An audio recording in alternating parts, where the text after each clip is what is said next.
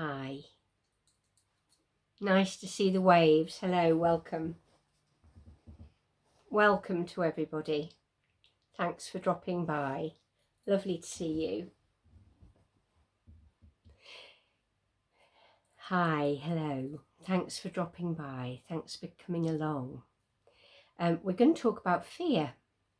Hi, hello. Hello. We're going to talk about fear today.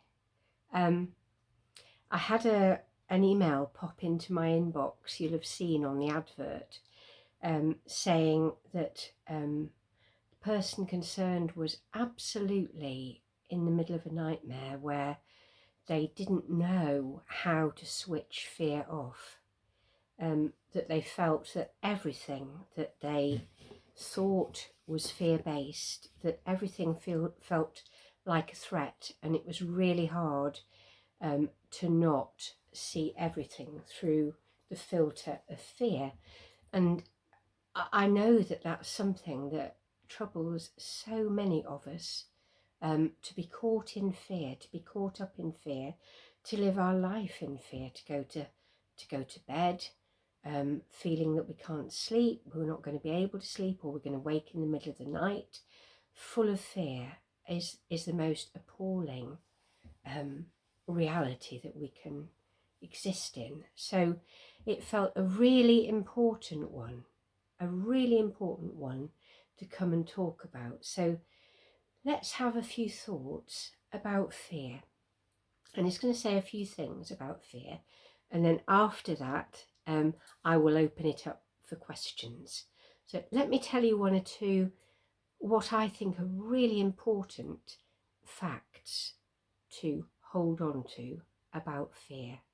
And the first is, fear is a call to action, as are all emotions, and fear is an emotion. All emotions are invitations to take action, and fear is no different. So what does that mean? It means that if we have got something on our mind, if we are thinking ahead that something is going to happen, about something that's going to happen in the future, hello, hi, hello, lovely to see you. I'm glad you're doing well too. Thank you for coming along. So fear is a call to action, and all emotions, which are all calls to action, are experienced as physical sensations in the body. Now, some of them are pleasant, so the feeling of joy or excitement or peace or calm is a very pleasant one. And other feelings such as anger, worry, jealousy, envy, and fear are experienced in the body as physical sensations that are less pleasant. And so we tend to think that it would be really nice if we didn't get to feel them, but that's to misunderstand the invitation and the message that is there in fear. So fear is an invitation to take action. So when we experience the sensation of fear, that awful electric shock that goes through our body, the inability to swallow, to think, the tightness in our chest, the sweating, the cotton wool head, the absolutely overwhelming sensation of doom and dread that we experience when fear hits, rather than thinking, oh, here it is again, this thing is happening to me again. If we can think differently, and we can think instead, here is that sensation that is telling me that something is not okay, and I need to take action about this, because if I don't take action about this, this sensation is not going to go away. It is a sensation that is inviting me to take action about this thing that is not okay, that I am not okay about, that I am not happy with. So that's the first thing. Fear is not an enemy. Fear is not a monster hiding round a corner, ready to jump out of us and disturb our world. It feels that way because the physical sensations are so unpleasant. But it is not a monster waiting to jump out at us. It is actually a signal that something needs to happen, that we need to take action. So that's the first thing. When we feel fear, we need to know that it's inviting us to take action. And although there are many times that if I were to say to someone, so what might it be inviting you to do? So very often people might say, there's nothing I can do. There's absolutely nothing I can do. Actually, there's always something that you can do. It's either that you haven't thought of it yet, or that you need to talk to somebody else who might be able to throw in some other possibilities, help you think of other options, or it's that there are things that you can do, but you're not too keen on them, you don't like the idea of them, or they feel too scary. What is not true is that there is never anything that we can do.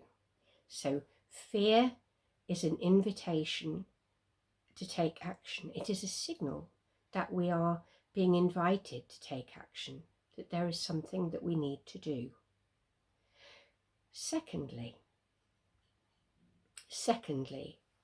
fear is always composed either of memory or anticipation. Think about this. Think about this. In this moment, and then in this moment again, we are always safe. In this moment, all is well. In this moment, nothing bad is happening. What feels like it's happening is either we are remembering something that happened, and the way it happened, and the way that we felt when it happened, and we are believing and assuming and expecting that it will be the same this time.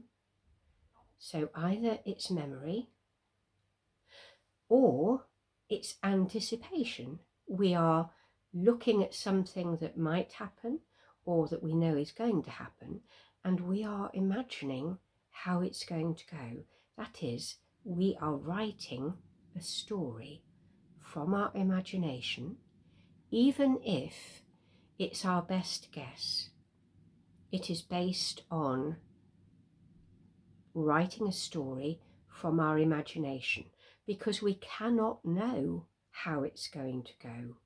We truly cannot know what it's going to be like. We are imagining, and we are imagining how something's going to go based on our memory of how things have gone in the past. So, one, fear is a call to action. We need to take action before it'll go away. If we don't take action, it won't go away, because it is knocking on our door saying, do something about this. And it won't stop knocking till we do something. So fear is a call to action. And secondly, fear is virtually always a mixture of memory and anticipation. That is memory or an imagined story.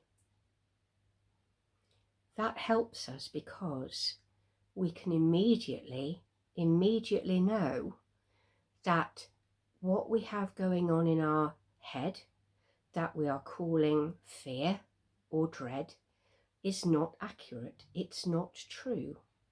It's not true. Memory was true. It did happen that way. That is how we felt back then. But we've done some living since that memory. We are not the same person. We learnt something from that situation that we went through. We grew stronger. We grew wiser. We have to catch up with our current leading edge us, not the person we were when whatever it was that we are using to anticipate how this will go happened. So although we make a lot of sense of what we're frightened about based on what happened back then that we're remembering, it is never accurate. It is never accurate. We are not the same person. We are a person who's lived through that. And one of the biggest fears that we have about things that we're dreading is that we won't be able to survive. Now, we mean different things by that, but we usually mean it will feel so awful and I will feel so ill and so distressed and so troubled that I can't get through it. And of course, the minute you think, oh, but I have got through it, I did get through it, I got through something very, very similar. I got through it, I survived. And actually, here I am in this moment where nothing bad is happening and everything is well, all is well. Everything that appears to be going on that's fueling my fear is actually going on in my head. I have got a past memory involving a past version of me live in my memory banks, and my mind and my body are full of that live memory, and I am remembering very accurately and fully what that situation felt like, and I am writing now as if now is still then. And the problem is, I have done lots of living since then. I am more experienced, I am wiser, I am stronger. Even if you want to say, no, I'm not, you are, because you've survived. No, none of us survive something without becoming wiser, stronger, having more experience at our disposal, and having developed more resources. Hold on to that. Don't be tricked by a live memory that is trying to tell you, look out, this is coming again, this is going to hit you again, this is going to be exactly the same as it was before. No, it isn't. No, it isn't. You are different. You have to catch up with the current leading edge you. You are always the leading edge you. You are different now than you were 2 minutes ago because you've heard some things that have changed you. Even those 2 minutes have changed you. You are now this leading edge you. So fear is always a mixture of memory, and if it was a pretty traumatic memory, if it was an unpleasant memory, then that will have been stored in your memory banks unprocessed, and so the memory will trigger sensations in the body and emotions that are bigger than they would be if you had managed to process them and talk through them with somebody. They are stored as unprocessed memories. And that's really important to remember too, because it means that the memory feels worse than the reality. It is stored in an exaggerated, unprocessed form. Do you see how fear that we are experiencing is not accurate? It doesn't mean it's not true. I'm not saying it's not true. I'm saying it's not accurate. We have to catch up to the person that we are now. So, to summarize again, 1, fear is an invitation to take action. Fear is telling us that there is something that we need to do. We need to change something, we need to speak to somebody, we need to send an email, we need to ask for help, we need to research something, we need to make a decision, even if the decision is, I will think about it and decide next week. That is still a decision. We need to take action. If we don't take action, our mind and our body will be flooded with past memory that has become live. So it's an invitation to take action, and it is also a mixture of memory and anticipation. We've talked a little bit about the memory part. Let's talk about the anticipation part. So although we think how something is going to go, and we can give it our best guess, we actually never do know how something is going to go, ever, because there are so many possible variables we cannot know. We cannot know. All that we can know for certain, in the way that we've been saying, is we are not the person who went through whatever it is that we are remembering. We are this person who has survived that, and having survived it is wiser, more experienced, more resourceful and stronger. And it is that person that is facing what we're dreading or what we're fearing. And so, because the only best guess is based on memory, then what we're anticipating is not accurate either. It's not accurate. So the first way that we help ourselves is by saying, I am imagining this outcome. And I am imagining this outcome based on my memory, which is old me now. It's not now me, it's back then me. I am anticipating how this is going to go based on past memory. I need to catch up. I need to catch me up. I need to remember that I have choice and agency and power, and I am not the helpless me that I keep imagining from my memory. So whatever I am anticipating, I am imagining. My imagination, just like most people's, is extremely powerful and quite wild and out of control, and it will often be taking me to the worst case scenario as if that is fact. As if that is fact. So many waves. Welcome. Thank you for coming along. Lovely to see you. Lovely to see you. It will be anticipating how something's going to go based on an exaggerated imagination, an exaggerated version, not the calm version, not the more realistic version, not the version of how something can go when we realise that we can speak, we can influence, we can ask questions. There is so much we can do to take some power and have some choice. So the important thing is always to think, I am imagining this. I am writing a story.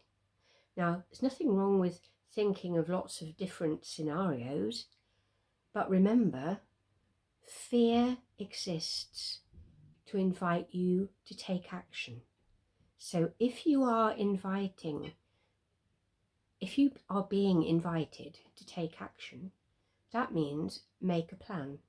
That means make some decisions. That means stand in your own power about this. Don't get scared. Don't go back to the memory. Don't go back to being that person, because that's not who you are now. You have lived since then. You have experienced a lot since then. You are more resourceful going into this situation than you were then. So hold on to that and start to get real and make a plan. Make several plans based on different ways that it can go.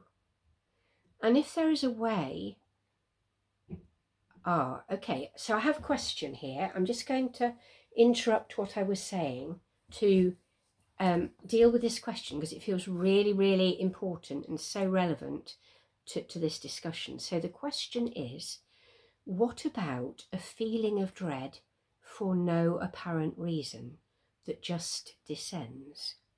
Okay, so here is the answer to that. There is never a feeling of dread for no apparent reason. There is only a fear of dread for a reason that we have not managed to discover yet.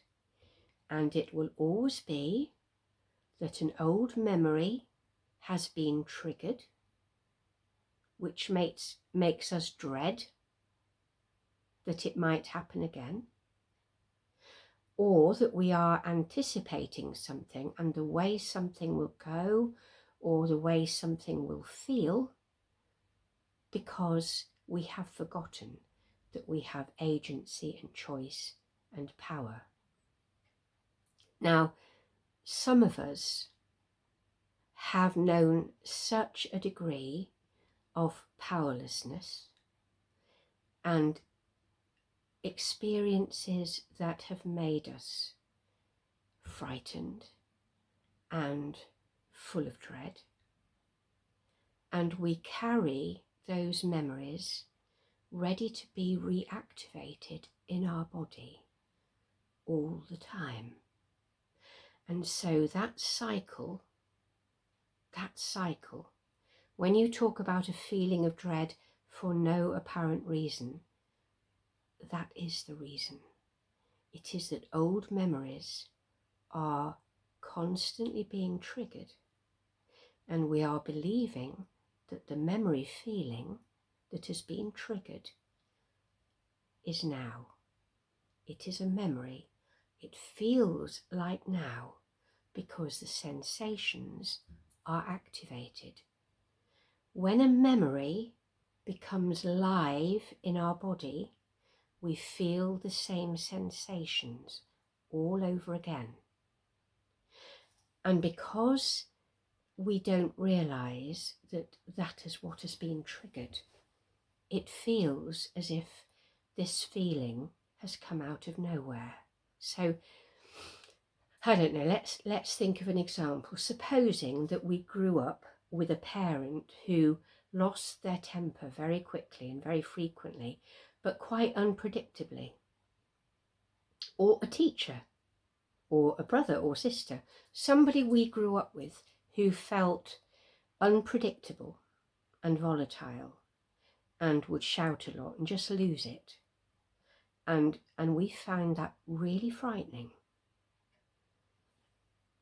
And that was many years ago, but we carry that memory, and we carry the zinging in our body that memory, when it's reactivated, can bring. And then we, as an adult, find ourselves in a job where our supervisor is similarly volatile and unpredictable. You have to catch this supervisor on a good day. One day they might say yes and be fine, and another day they might be ready to hit the roof when you ask them something and it's going to be no. And although you don't join those two quite separate situations up, the similarity between that supervisor and the brother, sister, parent, whoever, teacher, whoever, back then, and the way that you felt back then as a child, as you think of the possibility of having to face someone who is unpredictable and might shout and lose it all over again, you will feel the same feelings. You will feel that sense of dread. You will feel that sense of dread. You will believe that it's you dreading that now. Actually, it will be that memory of what you used to dread and what you used to go through and experience has been activated and is live in your body. And so that feeling of dread that you would feel that person back then might suddenly lose it unpredictably feels as if it's real in relation to the fear of dread of going and asking that supervisor if he can have Thursday off. They are years apart, but there is a thread of similarity that will trigger the sense of dread.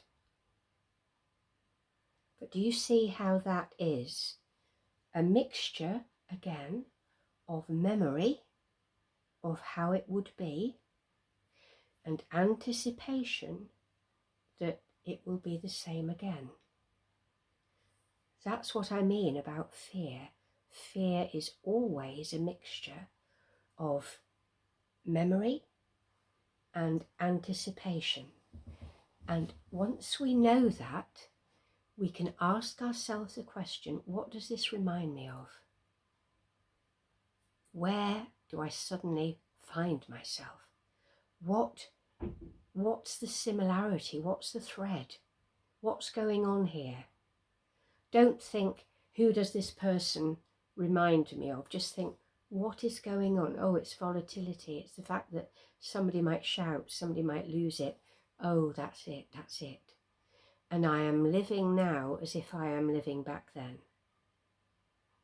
I am seeing it all through those back then eyes. And I'm forgetting that here I am and I survived it. Yes, the memory can become live, but it is not real, it's memory. And I can deal with this situation because I'm a grown-up. I've got a grown-up body, I drive a car, I make my own food. I am a grown-up now. I have choice and I have a voice and agency. I am not that person. I am this person. I am this current leading edge me. And I can do this differently. I can affect this. I can influence this. Now, this fear and dread in my body is about me remembering how it was back then, but it is an invitation to take action or make a plan.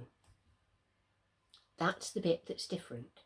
I do have the ability to use my experience and my additional resources now to make a plan, to set it up to be the best it can possibly be, to get help, to get support, to get advice. I am not that me. I am this current leading edge me. Do you see how important it is? Just those two things. One, that we know fear is not a monster waiting to jump out at us, but is rather a signal that there is something we need to take action about. Sometimes action is a conversation. Sometimes action is a decision.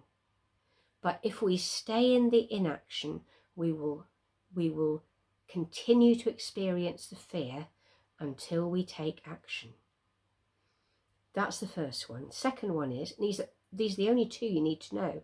The second is, fear is always a mixture of memory and anticipation. Always a mixture of memory and anticipation.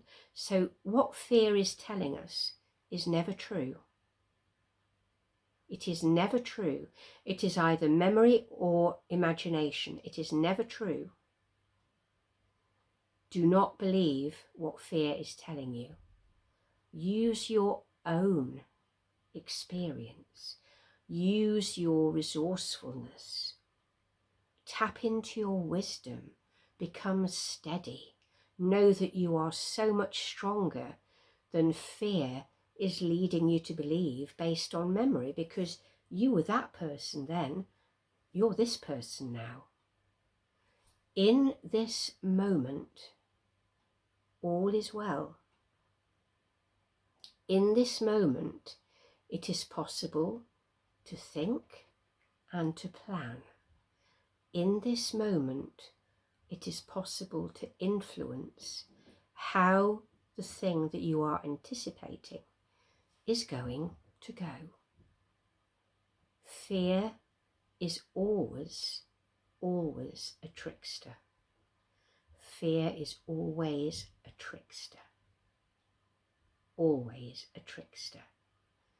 But it is on your side, and it is always inviting you to listen to it, because it is inviting you to take some action. It is inviting you to take some action. But don't believe the picture that it is giving you, because that is always based on memory or on imagination and anticipation. There's one more thing that I want to share, which is that sensation of fear and dread in our body, which is the thing we dread above all other. Actually, so often when I work with people, we work out that it's not fear so much as fear of the sensation of fear that we all dread.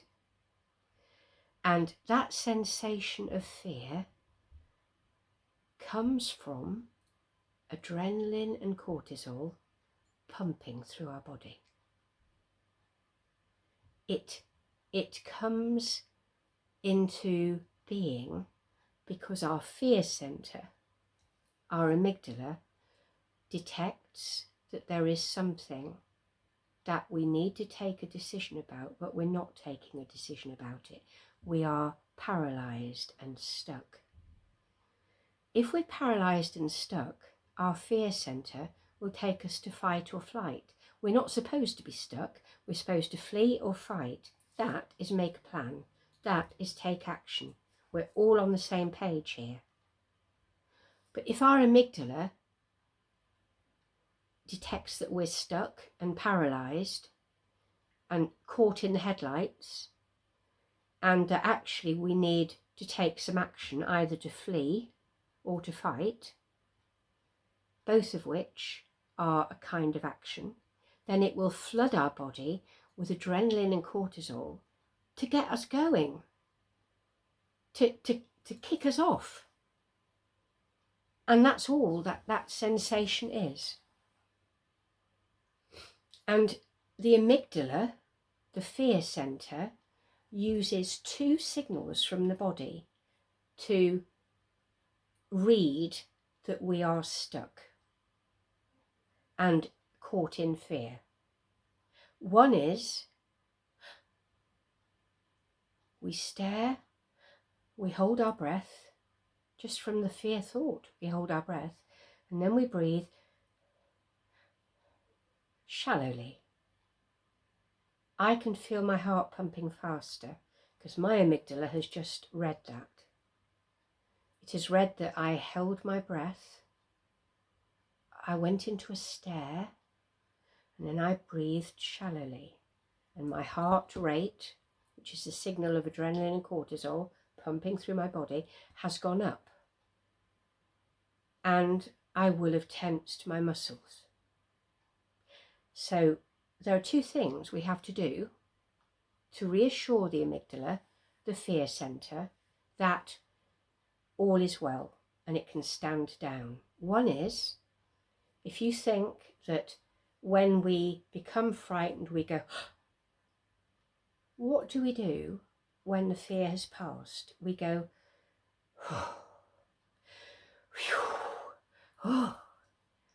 that's what you do.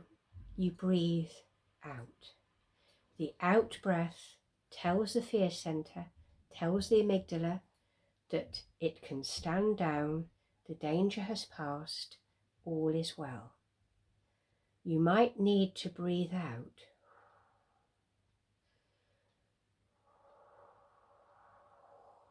Increasingly slowly and in a way that calms the body, 8, 9, 10 times. But as you do it, you will feel the change in your body and you will feel the amygdala stepping down. If at the same time as breathing out, you try to loosen your muscles, you really are giving the amygdala all the signals it needs to know that although it thought it detected danger because you became a rabbit caught in the headlights and you held your breath, clearly the danger has passed because you are now breathing out and your muscles are relaxing again. And you can use that whenever fear or dread hits. The amygdala does not know whether it is a real fear happening now, whether it is memory that happened back then, or whether it is fear to do with an anticipated event in the future. All the amygdala knows is that you've gone into a stare and you've held your breath, and then you're breathing shallowly. Now you will do that in all of those 3 situations. You will go into a stare and hold your breath and then breathe shallowly in response to a memory that has become live. You will do that as you think about something now, and you will also do that as you think about something and imagine and create the story with your imagination of how something is going to go. In all of those situations, you will stop breathing and then you will breathe really shallowly, and you will forget to breathe smoothly and in a way that tells the amygdala that all is well. In all of those situations, the answer is blink, come out of the stare, blink, breathe out, over and over again. Sometimes we talk about having a panic attack and that we can't breathe. All that is, I promise you, all that is that we have forgotten to breathe. We have over breathed. So we have breathed in, we get gasping, and actually our lungs are full of oxygen, but we feel we can't breathe. What our lungs need us to do is to release the oxygen, the carbon dioxide, actually, and then immediately breathe out again. You restore yourself with the out breath. You calm yourself with the out breath. You reassure yourself that all is well. And you reassure the fear center also that all is well with the out breath. If you know these 2 pieces of information, fear is an invitation to take action, which can include simply a decision. Fear is always a mixture of memory and anticipation and is never accurate, is never real, and it is never based on the current you, who is wiser, more experienced, more resourceful and stronger than you are giving yourself credit for, because you're remembering a previous you, and you are cutting and pasting a previous you on that event in the future, and forgetting that this is you now, and forgetting that in this moment, right now, instead of memory and anticipation, all is well. And all you have to do is blink, breathe out, loosen your muscles, and remember that there is action that you need to take if you want this sensation to permanently die down. That is it. That is fear. That is what fear is. Fear is a friend. Fear is a messenger. Fear is inviting us to fix something. Fear is on our side. It says, look, this is going on for you. You really got to do something about this. Have a think. Don't keep avoiding it. Don't keep running away from it. Don't keep hiding your head in the sand. Don't keep convincing yourself that it's going to go like it did all that time back then. That's not who you are now. You were that person then. You're this person now. Get up to speed. Then the fear will die down. Then you will feel empowered. Then you will remember. Do you see how fear, just like anger, is one of the most important sensations and emotions that we can have? It is energy. It is energy inviting action, exactly like anger is. It's not an enemy. Nothing's going wrong. If we are someone who does take action and does notice when something needs a decision or a conversation or a phone call or a bit of research, if we live our life that way, we won't experience fear caught and held and stuck in the body. We will be someone who experiences short-term fear, notices it, embraces the invitation and gets on with living.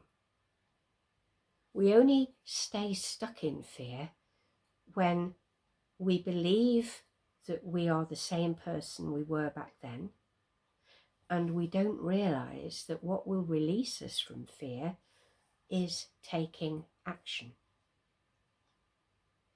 We are released from fear when we take action.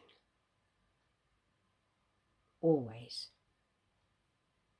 And the sensations calm down with the blink, the out breath, and the loosening of the muscles.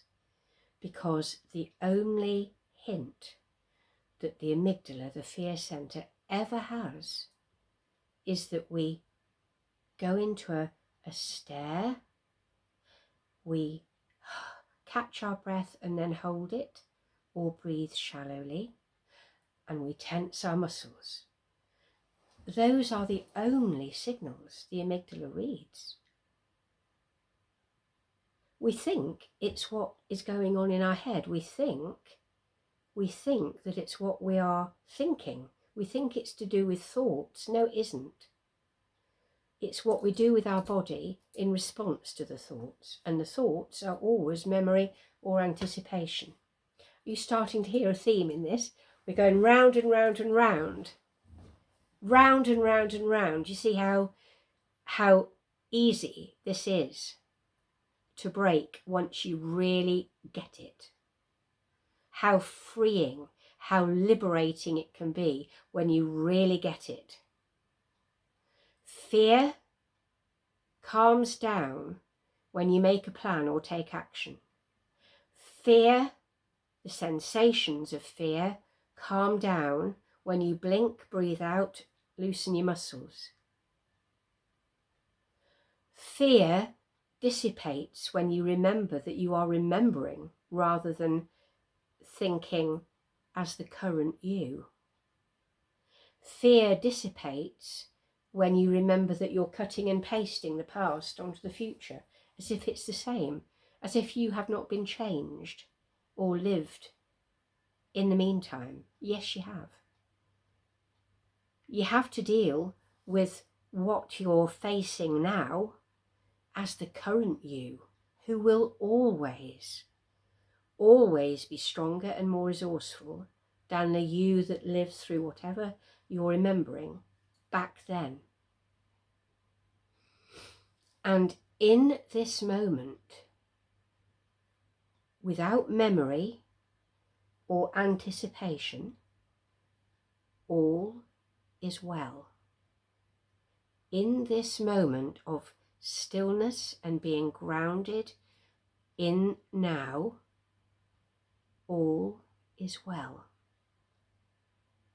Nothing bad is ever happening in this moment. When we blink, breathe out, loosen our muscles, and come back to now, all is well. Fear is memory or anticipation. Fear is lack of action or a plan.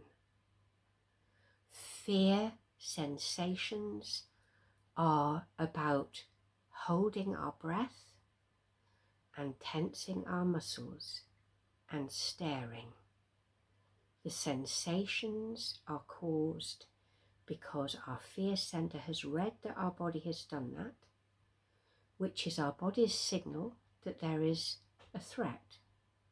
And as a consequence, the amygdala has sent all the messages to various parts of the body to release adrenaline and cortisol, the stress hormones, which are intended to make us run or fight. Both actions. Yep, remember that, both actions. The only reason that we've got the sensations in our body, back to square one, is that we are not taking the actions that we need to take in order to dispel the fear. Fear happens in stuckness. Fear happens when we are a rabbit caught in the headlights, because we don't realize that we need to make a plan. We need to take some action. We need to breathe out. We need to blink. We need to loosen our muscles. There are so many things that can release us from fear, some of them incredibly simple. We don't need to dread fear. We need to embrace fear as a messenger. And we also need to remember that this messenger gets things muddled because it is always a mixture of memory and anticipation. It's an invitation to do our own thinking because fear gets muddled. Fear tricks itself. Fear falls into a huge tub of swirling memory and anticipation. We are the ones that, both in terms of what we do with our body and what we help ourselves remember, I am this me, I'm not that me, and I'm not that me cut and pasted onto that me over there tomorrow. I am this me.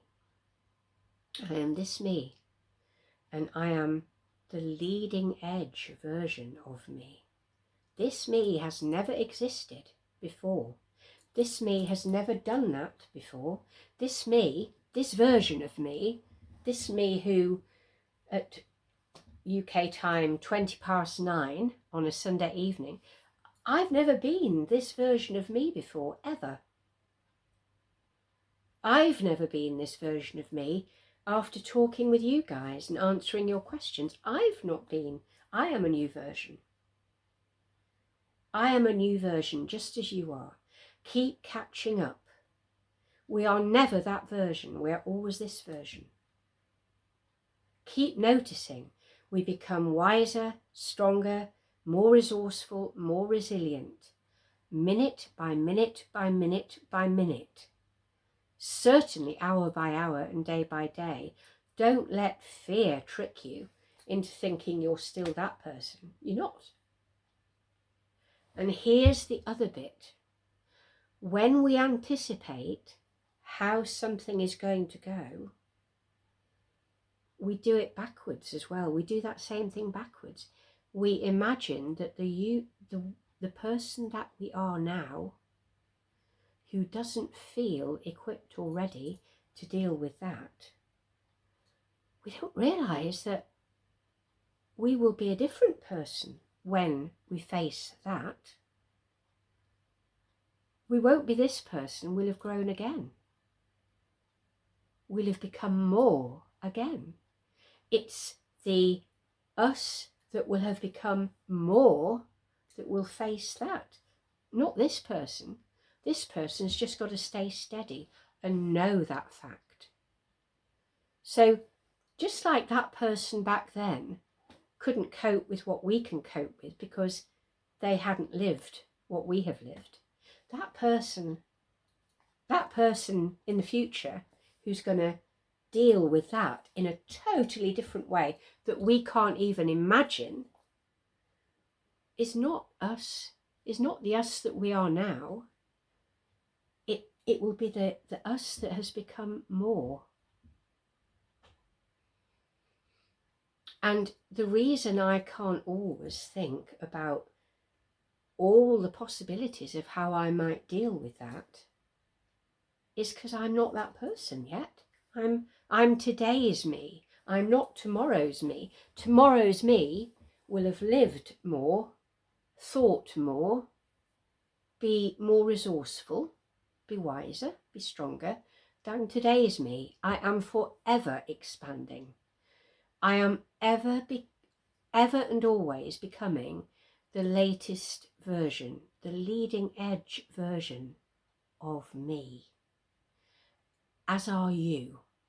You are forever becoming the latest leading edge version of you. Do you see how fear is your servant? It is there to serve you, to help you keep becoming more. Fear encourages and invites you to keep becoming more. Tomorrow's you will not be this you. It will be more. In exactly the same way that this you is not that you back then. It has become more. And once we realise that we are forever becoming more, fear really does shrink down to being an invitation merely, a signal merely, that we are once again in the process of becoming more. That's the invitation. Dare this. Do this a different way. See if you can. Be curious. Try it. That's what fear is really saying. Check out who you've become. You've got stuck. You still think you're that you back then. Come on, let me show you. Come with me, let me show you. Accept the challenge. Be curious. You can do this. Of course you can do this.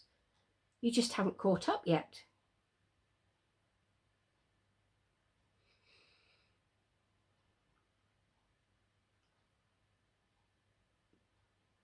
Does that make sense?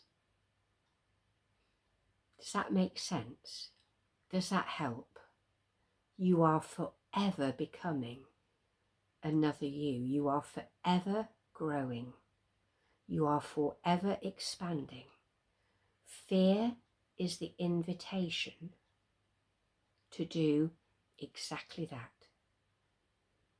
That's all fear is. It is an invitation to take action. And when we take action, we grow.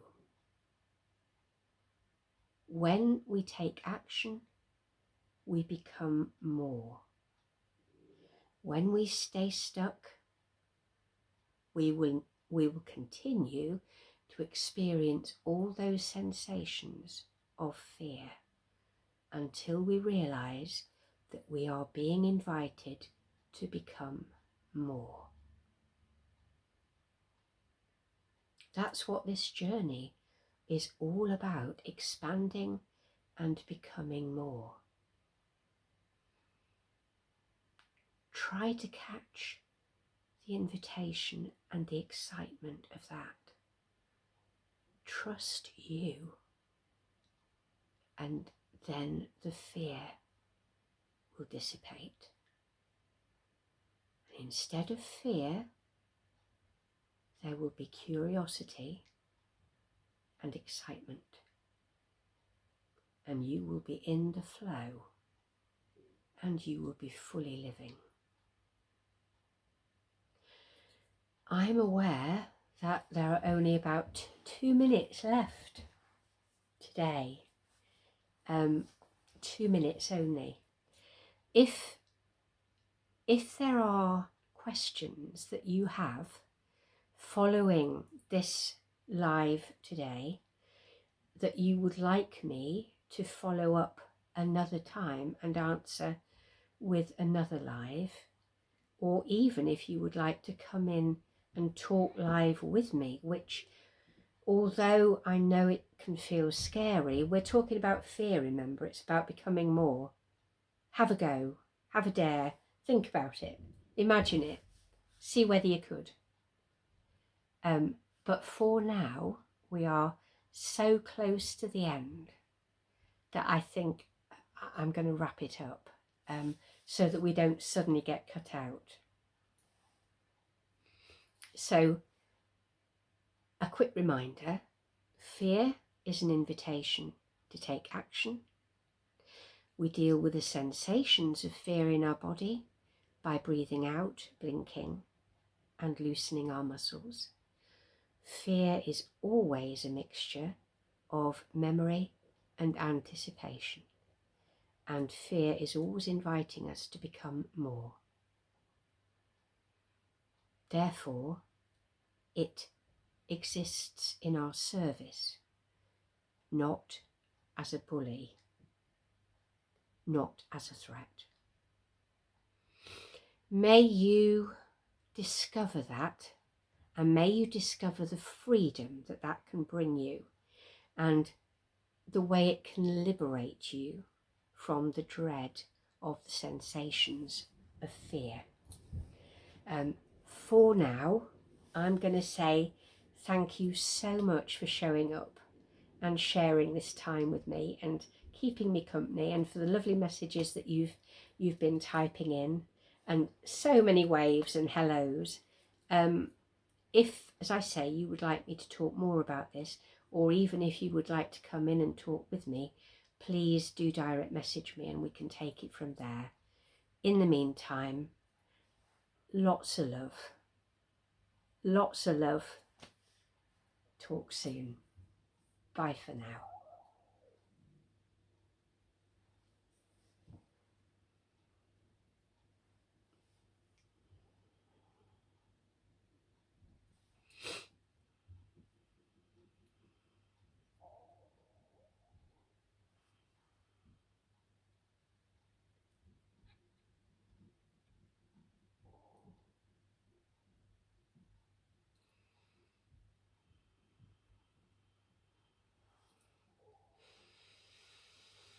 Mm-hmm.